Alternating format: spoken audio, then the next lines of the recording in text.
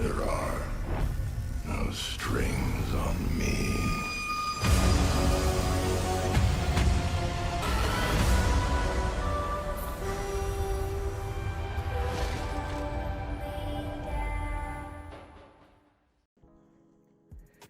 Hey, what is going on, everybody? It is your boy Connor, your Primitive AK here, back with another video for you guys today. We are here with patch update 1.21 for Modern Warfare and Warzone. May 18th patch is just underway. The update itself has not actually dropped yet as I'm doing this commentary. It's actually expected to drop within about 45 minutes from now. So make sure you guys download that update. If you guys are new to the channel, make sure you guys leave a like and subscribe. But we're going to get into these patch notes. We got a lot of crazy stuff going on in this one. So make sure you guys drop a like, hit that sub button, and let's get right into these notes.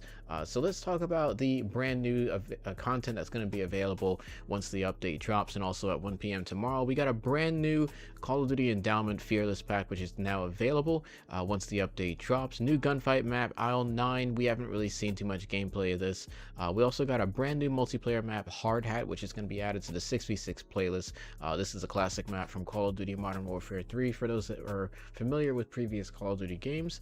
They also have modified special operations, replay existing operations with a twist. Not too sure what this is, but for those that play Spec Ops, this will be some more content for you guys. The playlist update for Modern Warfare is going to be Realism Mosh Pit with NVG, Reinfected Ground War, Core Ground War, which is just standard with tanks, Blueprint Gunfight, Aisle 9 Face Off Mosh Pit, which is a brand new map, so check that out, and also a Hardhat 24/7 playlist. Warzone playlist update is going to be BR Solos, BR Trios, BR Quads, Blood Money Quads, Armor Box, which is actually going to be available via Loot on the Ground. This is basically going to resupply your entire team's armor plates. So this is a huge, nice little advantage that they added to Warzone. So very happy to see that there. They also added Most Wanted contracts back in addition to 3 contracts. None have been removed. Not entirely sure why they took it out in the first place, but regardless, still nice to see it there. So good on them for putting that back. They added the SKS Legendary Only variant over to the loot pool, and also added 5 new blueprints: the AX50 Epic version, the Kilo 141, the FAL Epic version, the MP7 Legendary, and the AUG Epic version. So you can now find all of these guns on the ground in Warzone, so great changes there. The Gulag got some loadout changes as well, so we're not going to see the standard 357 gun every single time you just put the controller down. The Kilo 141 was added, the M4, the AK-47, M13, SCAR, Ram 7, MP5, AUG, P90, and Striker 45. So if you're in the Gulag, you'll have some nice variety of weapons to choose from. Well, not to choose from, but a selection of weapons that will be randomly selected when you go into Gulag. So great on them for adding that as well. We got a bunch of bug fixes here. I'll try to go over just the general fixes of them. Infected and Gun Game now feature playlist text to reinforce that KDR and win-loss are not affected. So people still have this ideology that your KD is affected when you play these modes. That's not the case. So nice to see that that change is made there. They also fixed a bunch of bugs that added some issues with the blueprint variants. A gun game and gunfight can now be enabled in custom matches. They added fire throwing knife to restricted equipment for CDL. Splash guard shotgun weapon camo is not applied properly. They fixed a few XP exploits on hardpoint. They adjusted monitor distance coefficient slider option to maximum value from 2 to 5. They added a hold to use option that allows you to choose between a hold or press for interaction button on keyboard and mouse. Most of these are pretty much just bug fixes, so I'm not really going to be going over this too much. Another big one that some people may miss is that the One in the Chamber playlist was added to custom games. This is a brand new playlist that's going to be available in custom games only, not in pubs. So pretty nice to see that there. They also added a VO2 alert to the defending team when a bomb site is destroyed in demolition. They also added the regular infected playlist now has a random care package drops. So pretty interesting there. I noticed this was already in Ground War. For reinfected Ground War, so nice to see that there. Gun Game Reloaded is now a quick play filter. Gunfight also now has a fire throwing knife, which is now available in OSP mode, and also fixed the snapshot grenades so it functions as intended in OSP mode. Reinfected ground war removed the IAV and control counter UAV. They added a hint to tutorialize how to skydive in this mode. It does not show death icons when a player uses the field upgrade tac insert to skydive. Deaths from the field upgrade tac insert skydive no longer count as deaths on the scoreboard, and kills and deaths do not count towards your lifetime records in this mode. This is purely to reflect the accurate KDR on the scoreboard. They lowered the Juggernaut health in this mode, so that way people that got jugs weren't invincible, because I actually got this recorded where I got a nuke and infected and someone was in a Juggernaut, had like 80 kills, and there was no way they were getting killed. There saw like 20 throwing knives thrown at them. They no longer give kill streak points on kills if the player is in your party. They significantly lowered the damage from kill streaks if the player called out a kill streak, then moved to the infected team. They added ATV visibility on the map to avoid players hiding while riding in the ATV. So if you're one of those people that likes to run around in ATVs trying to run people over, this is going to be a lot harder to do now, since you will show up on the minimap. They also fixed a few challenges for Rodeon Season 3 Objective 3 mission not tracking properly. They fixed the use for Dead Silence field upgrade in 3 different matches not tracking properly.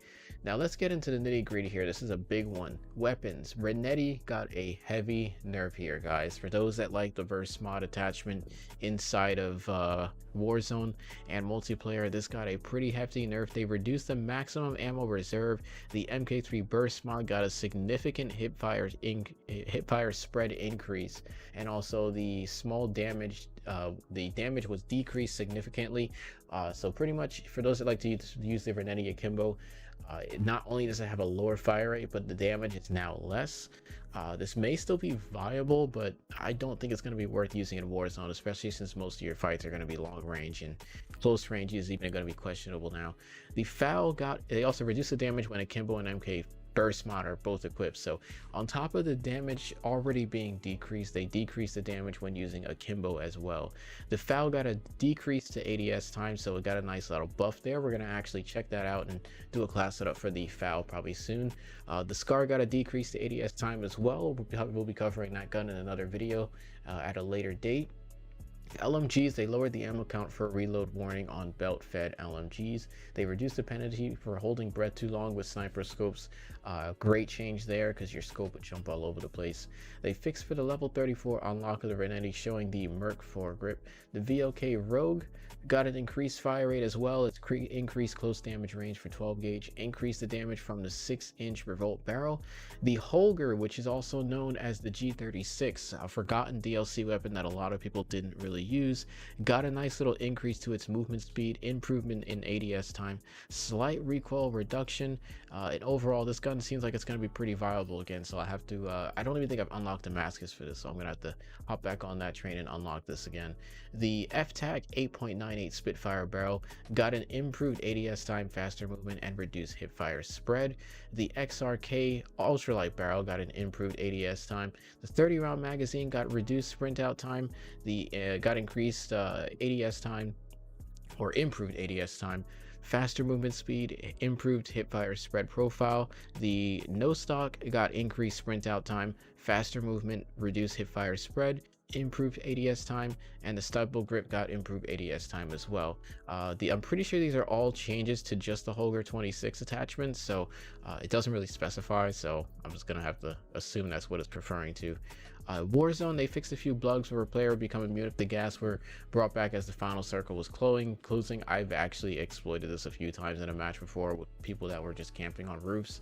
So good to see that they fixed that. Fixed the rare bug that left the player in the gulag until the end of the match. That happened to me once, so good to see that fixed. Removed the option to squad fill while in BR solos. Just the UI change there. Fixed an issue where the gas mask overlay could remain on screen after leaving the gas and entering a vehicle. They reduced the RPG kill radius for players with full armor, so great change there. RPG got a little bit of a nerf. Good to see that. Final circle now moves in BR, so if you play Fortnite, you're familiar with this change.